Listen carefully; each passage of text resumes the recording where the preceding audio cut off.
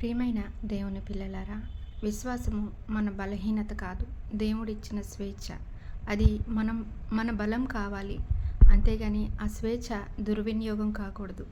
ఎప్పుడు కూడా మనం ఆలోచించాల్సింది ఒకటే, ఆశీర్వాదము కావాలి, అద్భుతాలు దేవుడు చేయాలి అనే దగ్గర దయచేసి ఆగిపోకండి. దేవుడు సత్యాన్ని వెతకండి. ఆయన రాజ్యంలో నీతిని వెతకమన్నారు కదా.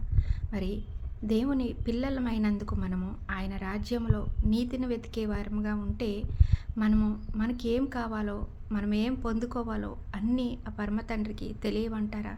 ఎందుకు మీరు ఆశీర్వాదాల దగ్గర, అద్భుతాల దగ్గర ఆగిపోతున్నారు? ఎందుకు చెప్పండి. మీకేం కావాలో ఆ పరమ తండ్రికి తెలియదా? ఇది నేను ఎంతో ఆవేదనతో మరి అడుగుతున్న మాట.